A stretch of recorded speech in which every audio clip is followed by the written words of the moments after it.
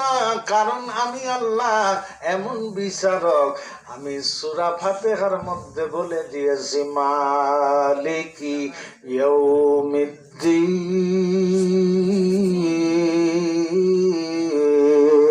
যিনি বিচার দিনের মালিক, তেনার নাম কি? আল্লাহ। জোরে বলি সুবহানাল্লাহ। সুবহানাল্লাহ। ওই মালিককে আমরা মানি কি মানি না? মানি। হ্যাঁ, মানে অর্ধেক না সম্পূর্ণ? সম্পূর্ণ। এটা মুনাফিকি বলা হলো। সম্পূর্ণ যদি মানতাম তাহলে দাড়ি খাটো থাকতো না। সম্পূর্ণ যদি মানতাম বিবি বেপরদা থাকতো না। সম্পূর্ণ যদি মানতাম তাহলে মা বাবার সঙ্গে আমার আপনার খারাপ আচরণ থাকতো না। কথা ঠিক কিনা?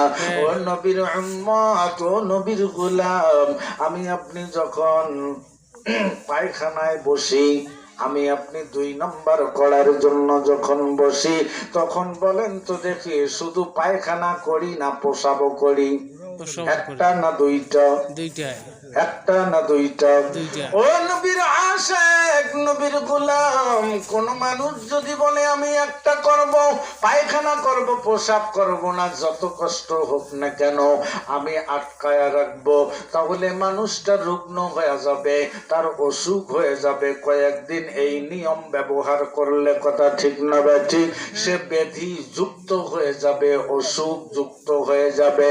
ও নবীর আশিক, নবীর গোলাম, তাহলে পায়খানা করিয়া প্রসাব যদি না করি, আটকায়া রেখে দেয়, তাহলে আমি আপনি এমন মরণ ব্যাধির মধ্যে পড়ে যাব, হয়তোবা আমি আপনি ওই রোগের কারণে মারাও যেতে পারি। কথা ঠিক কিনা? ও নবীর আশিক, নবীর গোলাম, আল্লাহ কয়, ও বান্দা বান্দি, শরীরটা তোমার, আর তুমি যদি পায়খানা ছেড়ে দাও, প্রসাব যদি ব্রেক করো, এই জন্য তোমার মরণ ব্যাধি যদি হইতে পারে, তাহলে ইসলাম অর্ধেক মানলা আর অর্ধেক যদি না মানো, তাহলে তোমার মুসলমানি আছে না গেছে তুমি একটু চিন্তা করো। তাহলে তুমি দোজকের আসামি নাকি জান্নাতের যাত্রী, তোমার বিচার তোমাকেই দিয়া দিলাম। আল্লাহ তাআলা কোরআন শরীফের মধ্যে বললেন, ইয়া আইয়ুহাল্লাযীনা আমানু দুখুলু ফিস-সিলমি কাফা। ও আমার ইমানদার বান্দা বান্দি, তোমরা যদি আমি আল্লাহকে স্বীকার করে নিয়ে থাকো, আমি আল্লাহকে যদি মেনে নিয়ে থাকো, আমানু দুখুলু ফিস-সিলমি কাফা, তাহলে তুমি পুরাপুরি ইসলামের ভিতরে প্রবেশ করো। কারণ আমার এক বান্দা পায়খানা প্রসাব সবই করলো, আর একজন পায়খানা করলো প্রসাব করলো না, সে যদি মরণ ব্যাধির মধ্যে পড়ে যায়, আর যেই বান্দা বান্দি পায়খানা প্রসাব দুইটাই করলো, পুরাটাই করলো, তার শরীর যদি সুস্থ থাকে, তাহলে বলো যে ইসলামের ভিতরে পুরাপুরি প্রবেশ করেছে সেই হলো জান্নাতি। আর যে অর্ধেক প্রবেশ করেছে আর অর্ধেক বাকি রাখিয়াই কবরে গেল, তার মরণ ব্যাধি আছে না নাই? ও নবীর আশিক, নবীর গোলাম, এই জন্য আল্লাহ তাআলা বললেন, আলিমাত নাফসুম মা কদ্দামাত ওয়া আখখারাত। ও বান্দা বান্দি, ওই দিন তুমি নিজে তোমার আমলনামা দেখতে পাইবা, কয়টা গুনাহ কামাই করেছো আর কয়টা নেকি কামাই করেছো।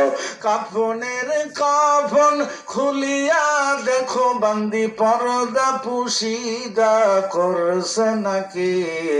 আল্লাহ আল্লাহ আল্লাহ জি, আমরা সবাই দোজখের আসামি।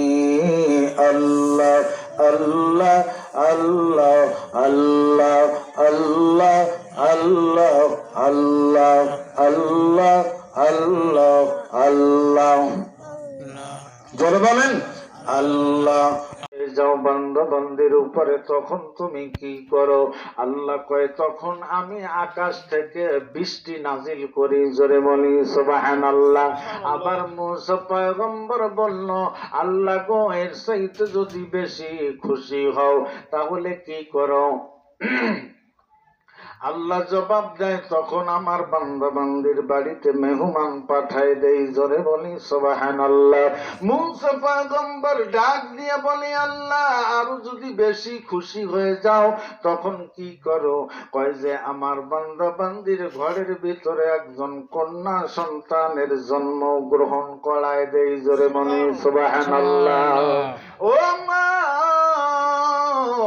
ও মা বোনেরা গো, তোমরা মালিকের পক্ষ থেকে তোমরা এমন রহমত, যদি তোমরা মা হইয়া যাও তখন তোমার পায়ের নিচে হলো সন্তানের জান্নাত। জোরে বলি সুবহানাল্লাহ।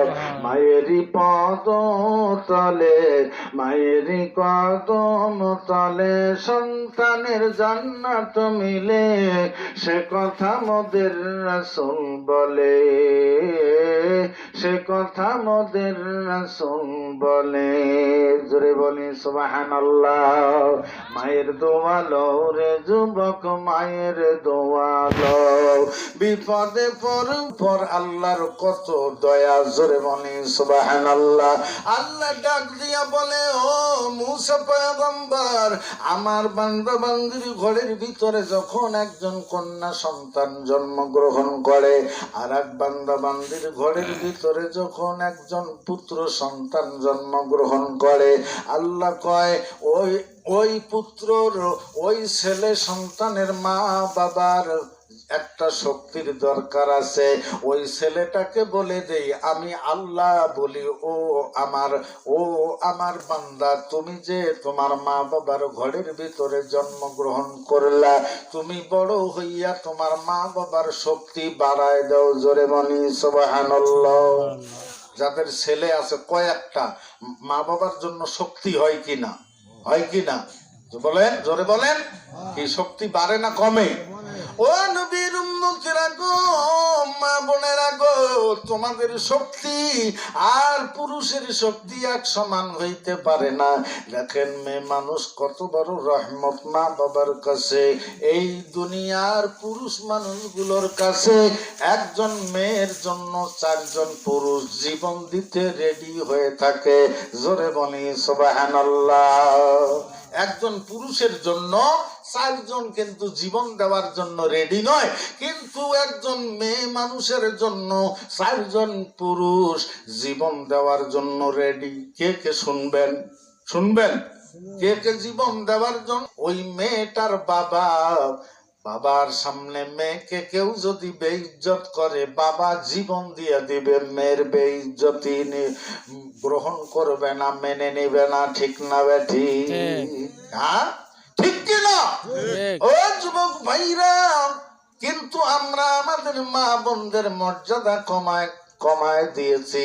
আমরা আমাদের বিবিদেরকে আমরা শাসনও করি না, আমরা তাদেরকে যত্নেও রাখি না, আমরা তাদেরকে জান্নাতের পথে উঠাই দেব এই চেষ্টাও করি না। ওই যে ছেলে জন্মগ্রহণ করলো, আল্লাহ কয়, ও আমার বান্দা, তুমি বড় হইয়া তোমার বাবার শক্তি বাড়ায় দাও। আর কন্যা সন্তান যার ঘরে জন্মগ্রহণ করলো, ওই কন্যা সন্তানের বাবা মায়ের শক্তির দরকার আছে না নাই? আল্লাহ কয়, ওই কন্যা সন্তান তার বাবা আশা করে আমার শক্তির দরকার আছে।